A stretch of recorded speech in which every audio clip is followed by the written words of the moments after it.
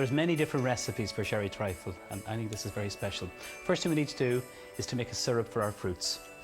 So I'm going to use some sherry. So this is a medium dry sherry. I'm going to put it into the pot. And then we're going to put in a little bit of vanilla. So just with a point of the knife, scrape out the seeds. So that's from half the vanilla pod.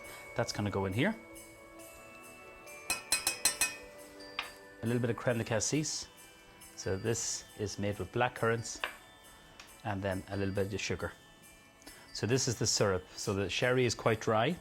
We have the sugar in there for sweetness, and then the Creme De Cassis. Now if you don't have vanilla pod, you can use vanilla extract. It's absolutely fine. So I'm going to bring that to the boil, and you let that cook for about 8 to 10 minutes. With the syrup, when it's brought to the boil, it's kind of like a light honey consistency, or a maple syrup, if you can see that. You can see the lovely specks of the vanilla. So our fruits that we have here are strawberries and raspberries. Raspberries are lovely and tangy. So I'm just going to pour this all over.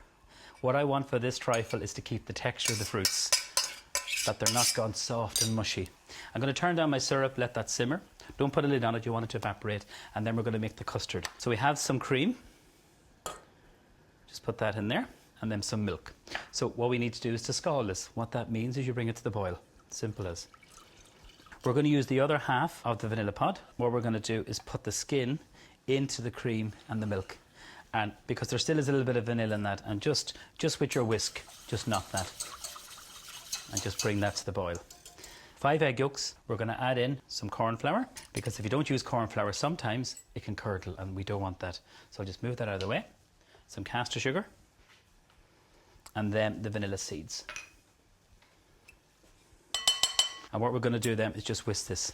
Just beat this just for literally about 20 seconds. So what the corn flour does, it protects the custard. That's so important. So if you can see the consistency of that, you've kind of dispersed the vanilla seeds. My milk and cream has come to the boil. We're going to pour this on. I've switched off my syrup, and then just carefully do this. Now we need to cook this. This is really important. Using a spatula. Bring your bowl over and then pour it in here. So you're cooking out the corn flour, that's so important. And scrape it out. Now I'm going to keep the same bowl.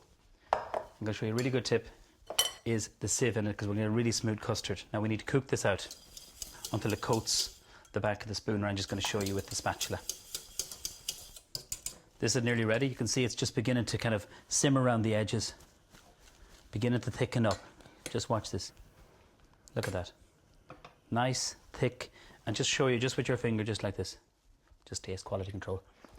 Fantastic. The vanilla is one of my favourite spices. Then pass it through the sieve and scrape it all out. And you just push this through, and that's your custard. As easy as that. So we already have one done. It's completely cold. So this is our custard.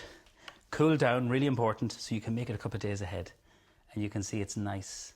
Not too thick, not too runny, and that's the corn flour in that. So we're ready to serve up. I'm going to do an individual one, so I'm going to use a martini glass for this, because I love this glass, it's so elegant, and you can see all the different layers. So the very first layer is our fruits. So plenty of the raspberries, the strawberries, and lots of that lovely syrup. So that's the first layer. What I've done now, put the Madeira, kind of chop it up, blitz it in the food processor, and you've made a little Madeira crumb. And why we do this is because it absorbs really, really quickly all that lovely syrup. Our custard, bring over the bowl, and then just simply let it fall down. So it's nice, you can see the vanilla seeds, and then just spoon that there. So the last layer for this is just some whipped cream. I have it in the fridge, in a piping bag, and with just regular whipping cream, just whipped up, and then we just simply just pipe it like that. So see the way you just push and then just simply pull it up like that. This is some pomegranate seeds. So it gives a lovely burst of flavour and freshness. So these are little baby Maltesers. And I love some kind of flaked almonds or pistachio nuts. So these are just toasted. Now how good does that look? But I want to show you just a quick little garnish here. And it's spun sugar. So what I have is caster sugar, water and glucose. When you cook sugar, water and glucose together, the glucose stops the caramel from actually going lumpy. So the caramel's got to be cooling down, and on the spoon it's still warm, so just do this. Just gently take it from this. You can use 2 forks, but just always watch if there's any little lumps coming from the, big piece of the caramel coming down, just simply put it back into the pot.